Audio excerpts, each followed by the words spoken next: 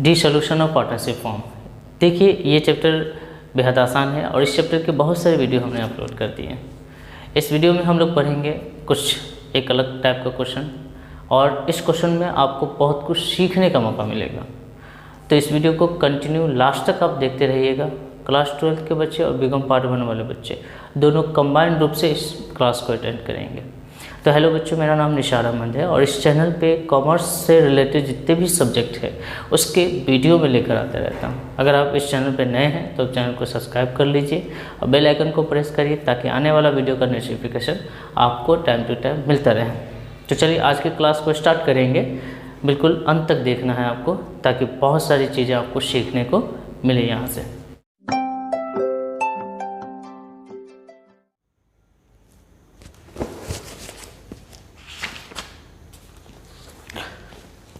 हाँ तो भाई देखिए क्वेश्चन आपके सामने है, क्वेश्चन पढ़िएगा। क्वेश्चन पढ़ना बहुत ज़रूरी है।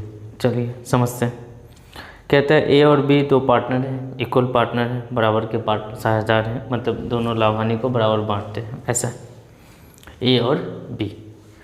इन्होंने डिसाइड किया कि 31 मार्च 2013 को इस बिजनेस को बंद कर दिया जाए। अच्छा, बिजनेस में है क्या? बिजनेस में जो चीज़ें हैं वो बैलेंस शीट में लिखी होगी। ध्यान से समझिए, बिजनेस में जो चीज़ें हैं वो बैलेंस शीट में लिखी रहती है। तो बैलेंस शीट को हम देखेंगे, बैलेंस शीट में क्या सब है वो देखेंगे। वो बिजनेस का पूरा परफॉर्मा हमको दिखाएगा, बिजनेस की स्थिति दिखाएगा कि बिजनेस में एक्चुअल में क्या सब है। ठीक है। अगर हम लायबिलिटी साइड में देखें तो आपको पता है कि बैलेंस शीट के दो साइड होते हैं, एक लायबिलिटी साइड होता है, एक एसेट साइड होता है। तो लायबिलिटी साइड में देखिए कैपिटल है। आप क्वेश्चन को देखिए, आपके स्क्रीन पे क्वेश्चन है। बी का कैपिटल है, दोनों का कैपिटल है, मतलब पार्टनर का कैपिटल है। रिजर्व फंड में कुछ पैसे हैं। रिजर्व फंड क्या होता है आपको पता होना चाहिए। रिजर्व फंड लाभ का एक पार्ट होता है जिसको हम पार्टनर को बांट कर देते हैं। अगर नहीं दिए हैं तो सीधे पार्टनर को बांट कर देंगे, इसको किसी और खाते में ले जाने की ज़रूरत नहीं है। ठीक है। ये पार्टनर का प्रॉफिट है जो रखा हुआ है, इसे सीधे पार्टनर को बांट कर देना। लोन है ए का क्रेडिटर्स है जो बाहरी लेनदार कहलाता है। कुछ संपत्तियां हैं, बिल्डिंग है, फर्नीचर है, डेप्टर है, स्टॉक है, बैंक है। समझ रहे हैं मेरी बात को? अब इसमें क्या क्या होना है तो सबसे पहले हम हिसाब करेंगे जो हमारे पास संपत्ति है, जहां मेरे पैसे फंसे हैं उससे पैसे निकालेंगे और जो हमारे कर्जदार है और जो खर्चा होगा रियलाइजेशन का उसको हम पेड करेंगे। ठीक है। हमारे पास दो कर्जदार है, एक ए का लोन है और दूसरा क्रेडिटर्स है। ए खुद एक पार्टनर है, इसीलिए हम पार्टनर का हिसाब अभी फ़िलहाल नहीं करेंगे।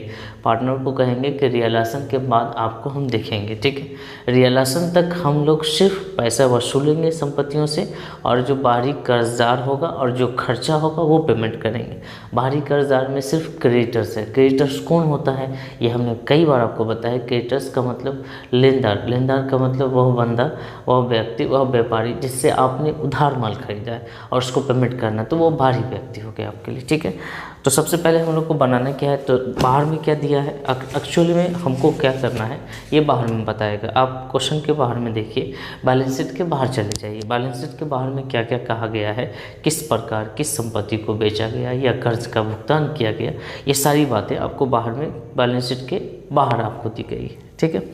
कहता है संपत्तियों से निम्नलिखित वसूली हुई। देखेंगे क्वेश्चन जब बनाएंगे। बी ने फर्नीचर को ले लिया, मतलब एक फर्नीचर था जिसको बी ने ले लिया। बी कह रहा है कि हम ले लेंगे, हम इसका पेमेंट कर देंगे आपको, तो बी के नाम से चढ़ा देंगे। ठीक है।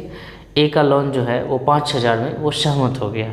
एक मैटर आपका फंसेगा या ए के लोन वाला, ध्यान से समझिएगा इस चीज़ को जल्दी। सबसे पहले मैं वही चीज़ समझा दे रहा हूँ। ए का लोन क्या है? ए का लोन है भाई मेरे, ए का लोन है 6,000। ठीक है। लेकिन हम ए के लोन को पेड कितना करेंगे? 5,000। तो स्वाभाविक है कि एक बिजनेस को अगर 6,000 देना है और 5,000 देगा तो बिजनेस को प्रॉफिट हो जाएगा। बिजनेस को क्या हो जाएगा? प्रॉफिट हो जाएगा। अब हमारे पास प्रॉफिट एंड लॉस अकाउंट तो है नहीं, समझिए मेरी बात को। और ए का हिसाब हम पहले रियलाइजेशन अकाउंट बना लेंगे, मतलब बाहरी कर्जदारों को पेमेंट कर देंगे तब हम करेंगे। लोचा वाला बात है।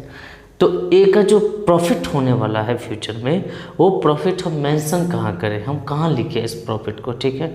हमारे पास मात्र एक अकाउंट है, रियलाइजेशन अकाउंट का नाम है, जिसमें हम प्रॉफिट को शो करते हैं उसमें हम प्रॉफिट को निकालते हैं कि जो प्रॉफिट हमें बिजनेस से रिसीव हुआ, संपत्ति को बेचने से जो पैसे आ गए, जो प्रॉफिट हो गए उसको दिखाते हैं। तो प्रॉफिट हम दिखाएंगे कहाँ, हमारे पास मजबूरी है कि हम इस पैसे को रियलाइजेशन अकाउंट में दिखाएंगे। कौन सा पैसा, तो जो 1000 का आपको प्रॉफिट हो रहा है ना ए के लोन से, वो 1000 का प्रॉफिट आपको शो करना पड़ेगा रियलाइजेशन अकाउंट में। कहाँ शो करना पड़ेगा, रियलाइजेशन अकाउंट में। अच्छा, रियलाइजेशन अकाउंट, कोई भी अकाउंट बनता है तो उसके 2 पार्ट होते हैं, एक डेबिट पार्ट होता है, एक क्रेडिट पार्ट होता है। तो आपको डेबिट पार्ट और क्रेडिट पार्ट में किस में डालना है, तो आपको पता होना चाहिए कि जो प्रॉफिट का शेष होता है वो क्रेडिट होता है। तो जो ए का लोन से जो आपको प्रॉफिट आया है उसको आप रियलाइजेशन अकाउंट के क्रेडिट में दिखाएंगे। ये बात आप समझ गए होंगे, उम्मीद है। चलिए, तो सबसे पहले हम लोग बनाते हैं रियलाइजेशन अकाउंट। अब इसको समझना, धीरे धीरे समझना, ठीक है। एकाएक अपने सर पे बर्डन लेने की ज़रूरत नहीं है, बिल्कुल नहीं ले, ठीक है। पढ़ाई सुकून की चीज़ है, पढ़ाई में सब्र बहुत ज़रूरी है। जो चीज़ें आज नहीं समझ में आएगी वो कल समझ में आएगी, परसों समझ में आएगी, कभी ना कभी जरूर समझ में, बस कंटिन्यू बने रहिए। चलिए, तो हमारे पास जो संपत्तियां हैं उसको सबसे पहले रियलाइजेशन अकाउंट में ट्रांसफ़र कर लेते हैं, ठीक है। रियलाइजेशन अकाउंट में ट्रांसफ़र करेंगे और संपत्ति को ट्रांसफ़र करना बहुत ईजी है। संपत्ति बैलेंस शीट में इस साइड में उठा के इस साइड में ले आएंगे। सबसे पहले हम लोग लिख देते हैं ऊपर में रियलाइजेशन अकाउंट, ठीक है भाई। इतना तो आप कर सकते हैं। ये फॉर्मेट भी खींच सकते हैं। मान लो ये आपका कॉपी है, इसके बीचों बीच ये फॉर्मेट खींचेंगे, ठीक है। लाइन थोड़ा सा टेढ़ा हो गया, इसको मैं सीधा करके खींच दे रहा हूँ, ये रहा, ठीक है। समझ रहे मेरी बात, ये रहा, ओके। ये रहा डिविजन और ये रहा क्रेडिट साइड, ये समझ रहे हो। आप इसमें पार्टिकुलर लिखो, इसमें अमाउंट लिखो, इसमें पार्टिकुलर लिखो, इसमें अमाउंट लिखो, ठीक है। सबसे पहले जितनी भी एसेट है उसको 2 में उठा कर लाएंगे, ठीक है। एसेट क्या क्या है आपको पता होना चाहिए। बिल्डिंग है 1,20,000 का, तो बिल्डिंग हम लोग डाल देते हैं 1,20,000, ठीक है। क्वेश्चन आपको मैंने दिखा रखा है, बिल्डिंग 1,20,000 का, ठीक है। उसके बाद भाई मेरे फर्नीचर है 24,000 का, 2 फर्नीचर, ठीक है, 24,000, ठीक। अगर मैं फर्नीचर के बाद हम लोग आगे बढ़ते हैं, फर्नीचर हो गया। देनदार है आपका 16,000 का, ठीक है। तो हम डेप्टर डाल देंगे, डेप्टर्स 16,000, ठीक है। उसके बाद आगे बढ़ते हैं तो हम देखते हैं देनदार के बाद हमारा स्टॉक है 48,000 का, तो 2 स्टॉक 48,000, ठीक है। अब हमारी संपत्ति में एक संपत्ति और है जिसका नाम बैंक है। अब बैंक को हम ट्रांसफ़र नहीं करेंगे इस अकाउंट में, क्योंकि हम यहाँ पर इस सभी पैसे को, जितनी भी संपत्ति इसको कैश में कन्वर्ट कर रहे हैं, ठीक है। अब वो बैंक वाला पैसा ऑलरेडी कैश है, इसलिए नहीं डालेंगे। दूसरी बात ये है कि जहाँ जहाँ मेरे कैश फंसे हैं वहीं से पैसा निकालेंगे। तो यहाँ कैश फंसा है, यहाँ सब में, बैंक में थोड़ी पैसा आपका कैश फंसा, वो तो आपका पैसा है, जब चाहो निकाल लो, ठीक है। समझ रहे हो मेरी बात को। तो बैंक वाला हिसाब। दूसरी बात, बैंक का जो हिसाब है, बैंक जितने भी हम बिजनेस में जितना भी ट्रांजेक्शन करेंगे और लेन देन करेंगे वो सब बैंक से ही करेंगे, अकाउंट से ही करेंगे, कैश से ही करेंगे। तो हम बैंक का और कैश का हिसाब सबसे लास्ट में करेंगे, ठीक है। ये बात समझ गए। तो चलिए आगे बढ़ते हैं। तो हम लोग लिख देते हैं बाय में, जो आपका लायबिलिटी है उसको बाय में लिखेंगे। अब लायबिलिटी साइड में जब हम आएंगे तो हमारे पास ए और बी का कैपिटल है जिसका हिसाब बाद में करेंगे। रिज़र्व है तो ये सीधे कैपिटल में जुड़ेगा, तो जब कैपिटल का हिसाब बाद में करेंगे तो रिज़र्व का भी हिसाब बाद में करेंगे। ए का लोन है तो ए का लोन हम अभी पे नहीं करेंगे, जब हम बाहरी कर्जदारों को पेमेंट कर देंगे तो ए का लोन के लिए एक अलग अकाउंट बनेगा, ठीक है। लेकिन मेरे बच्चों, ए के लोन से जो प्रॉफिट हो गया आपको उसको यहाँ मेंशन करना पड़ेगा, क्योंकि आगे आपके पास कोई रास्ता नहीं, आगे आप कहीं पर भी मेंशन नहीं कर सकते हो। समझ रहे मेरी बात। तो सबसे पहले देखते हैं बाय क्रेडिटर्स। क्रेडिटर्स कितना है भाई, क्रेडिटर्स है 28,000, ठीक है। बस यही एक रकम जाएगी यहाँ पे। अब चलिए, हमारे पास बैलेंस शीट में जितना कर्जा था बस एक ही कर्ज था, क्रेडिटर्स, बाकी कर्ज नहीं है। इस संपत्तियों को बेचेंगे और हम पैसा वसूल करेंगे। तो कुछ संपत्तियाँ कैश के रूप में सेल होगी जिसको हम बैंक लिखेंगे, बाय बैंक।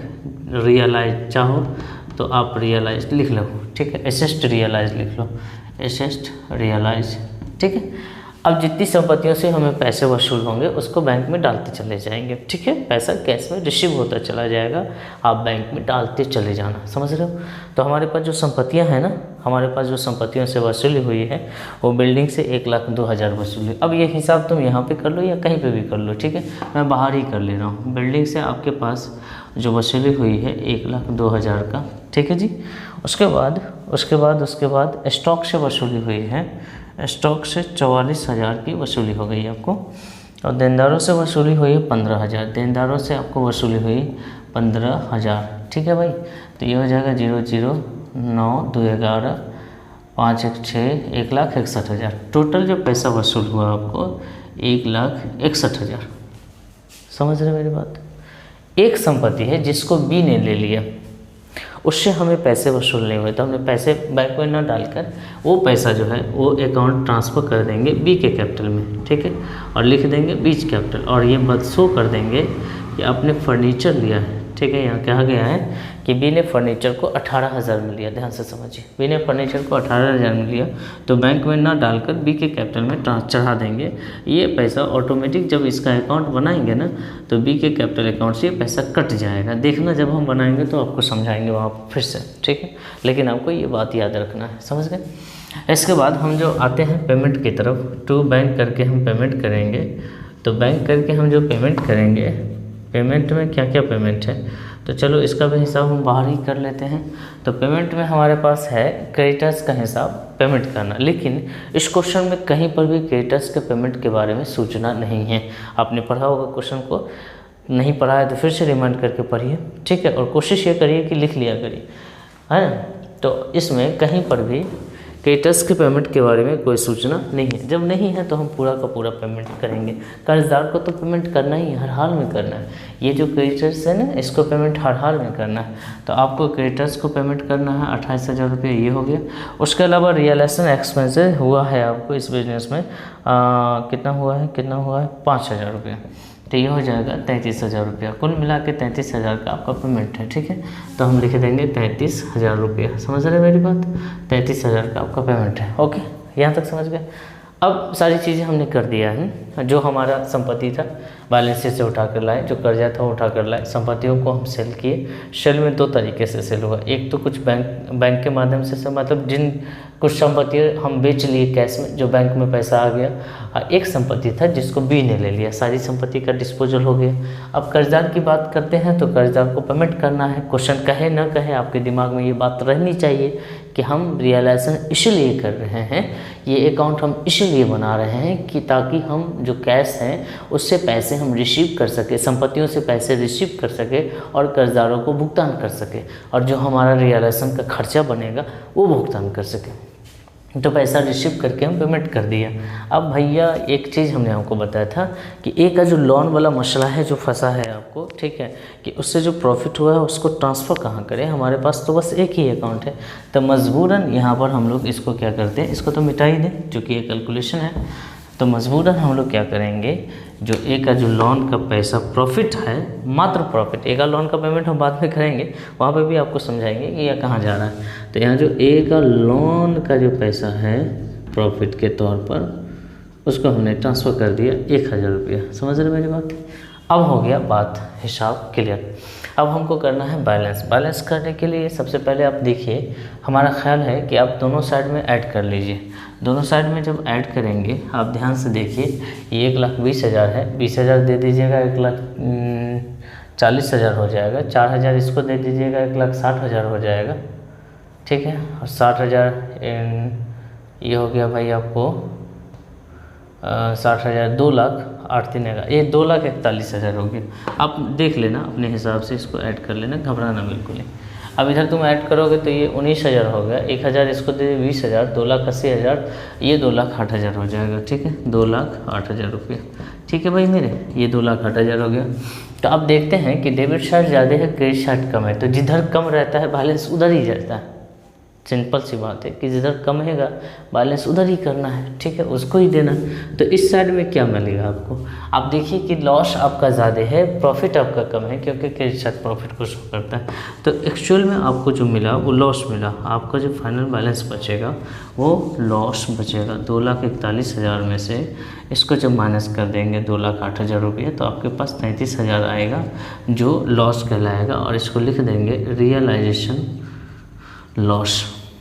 ठीक है भाई मेरे, इसको ट्रांसफ़र कर देंगे ए और बी में, ठीक है, एज कैपिटल बीज कैपिटल। अब देखना ये है कि लॉस जो 33,000 है ये बराबर बटेगा, क्योंकि हमको क्वेश्चन में कहा है कि ये लोग इक्वल पार्टनर है, इक्वल पार्टनर है तो 16 दूना 32 और 5 दूना तो 16,500, 16,500, ठीक है भाई। ये हो गया हमारा रियलाइजेशन अकाउंट कंप्लीट। लेकिन जब हम अकाउंट बनाएंगे पार्टनर का, ठीक है, पार्टनर का जब अकाउंट बनाएंगे तो ये लोन में जो प्रॉफिट है वो लोन में शो होगा, और ये बी का जो कैपिटल अकाउंट बनाएंगे तो बी के कैपिटल अकाउंट में ये फर्नीचर वाला पैसा हमको ट्रांसफ़र करना पड़ेगा।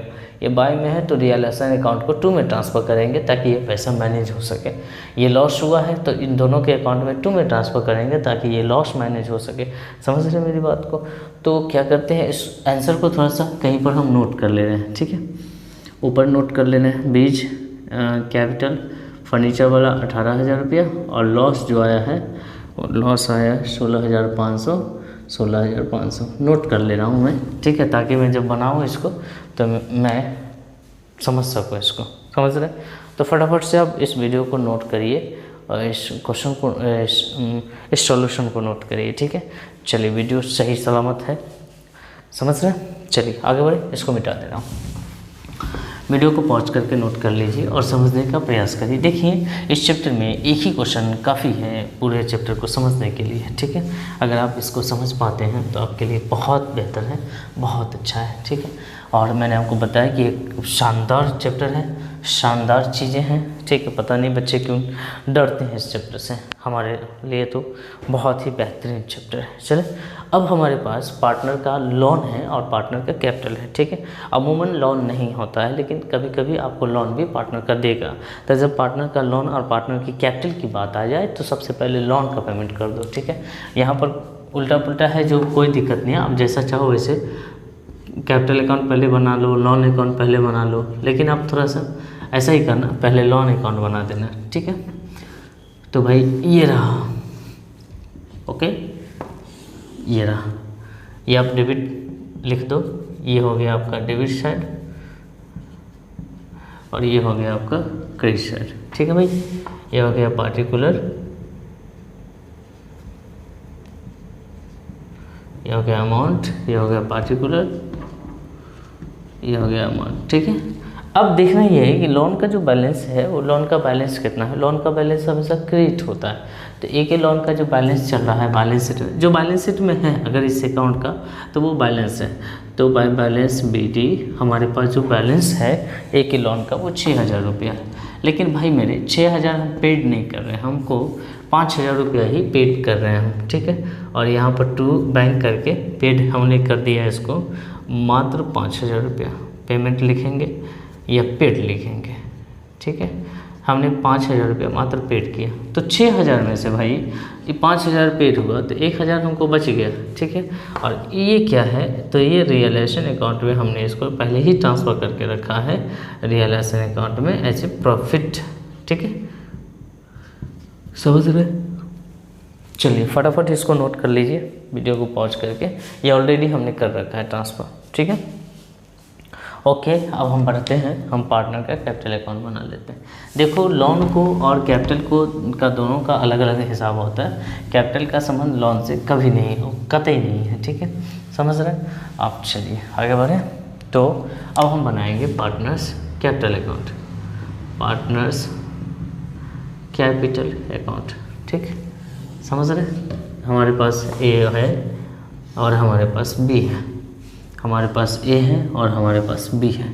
यहाँ हमने A लिख दिया, यहाँ हमने B लिख दिया, यहाँ A लिख दिया, यहाँ B लिख दिया, और ये पार्टिकुलर आप खुद लिख लेना, इतना तो आप कर ही सकते हो मैं, ठीक है ना। ओके, चलिए कैपिटल का हिसाब करें। तो जो बैलेंस में कैपिटल आपके पास है ना, वो कैपिटल पहले ट्रांसफ़र करिए, उसी कैपिटल का नहीं हिसाब कर रहे हैं हम, जो बैलेंस शीट में ऑलरेडी मौजूद है। तो A और B के कैपिटल कितना है? A का कैपिटल 1,00,000 रुपया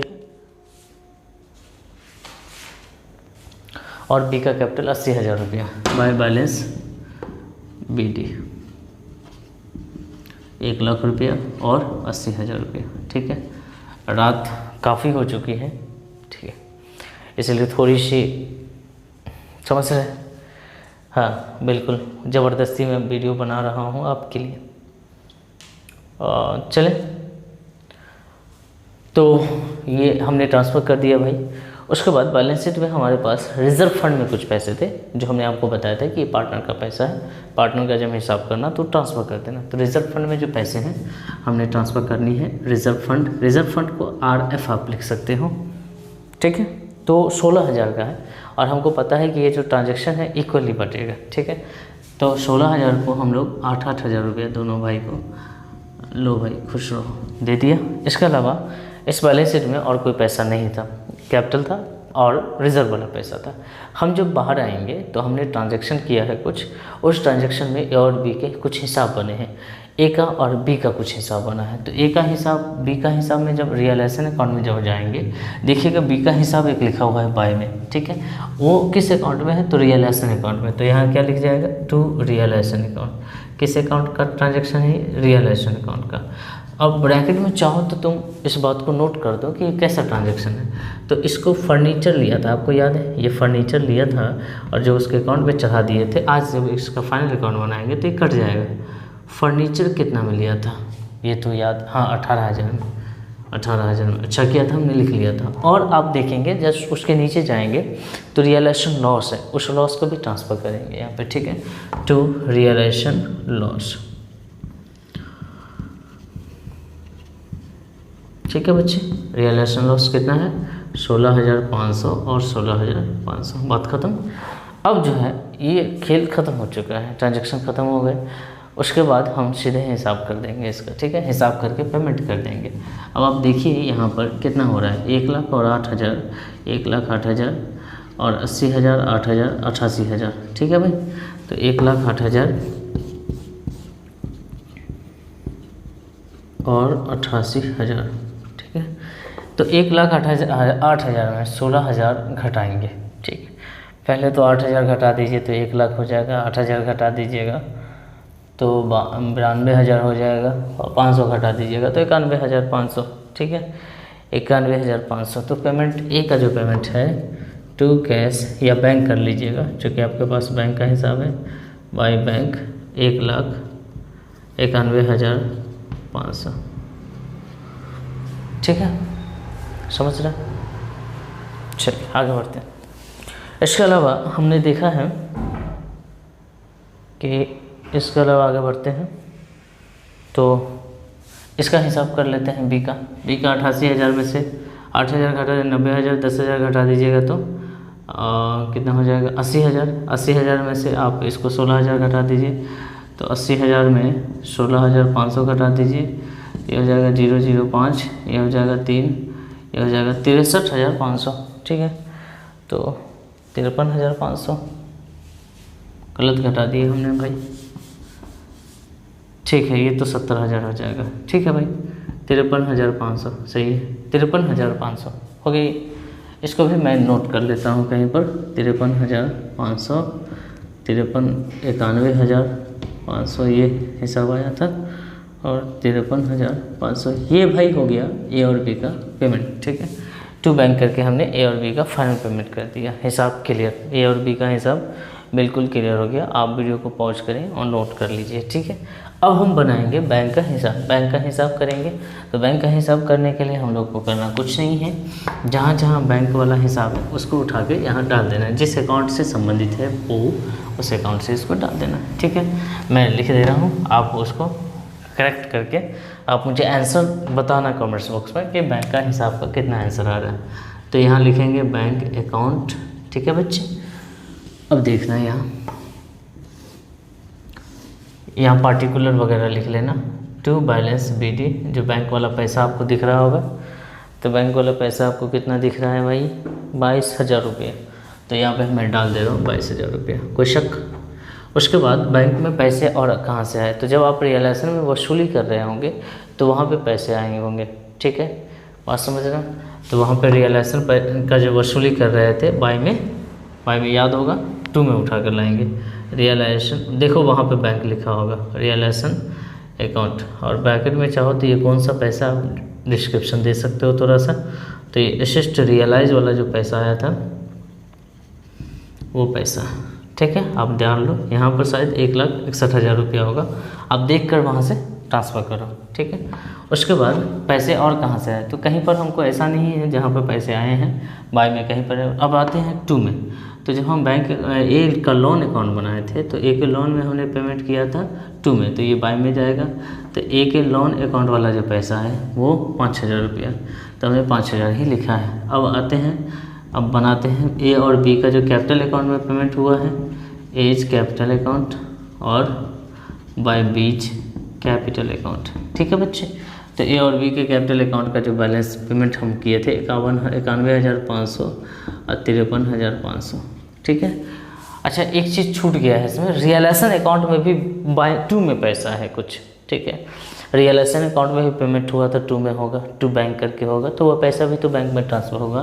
तो रियलाइजेशन अकाउंट में टू में है तो रियलाइजेशन अकाउंट बाय में आ जाएगा, यहाँ उल्टा होता है बाय रियलाइजेशन, ठीक है, अकाउंट।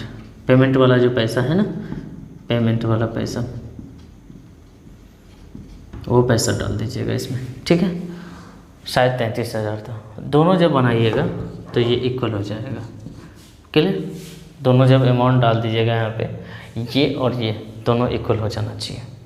और कितना इक्वल होकर आंसर आ रहा है वो आप मुझे कमेंट्स बॉक्स में बताइए। नहीं बनेगा तो मैं अगले वीडियो में ज़रूर बताऊँगा, ठीक है। जाते जाते एक क्वेश्चन हम आपसे पूछना चाहते हैं, ठीक। वीडियो को पॉज करके इसको नोट कर लीजिएगा।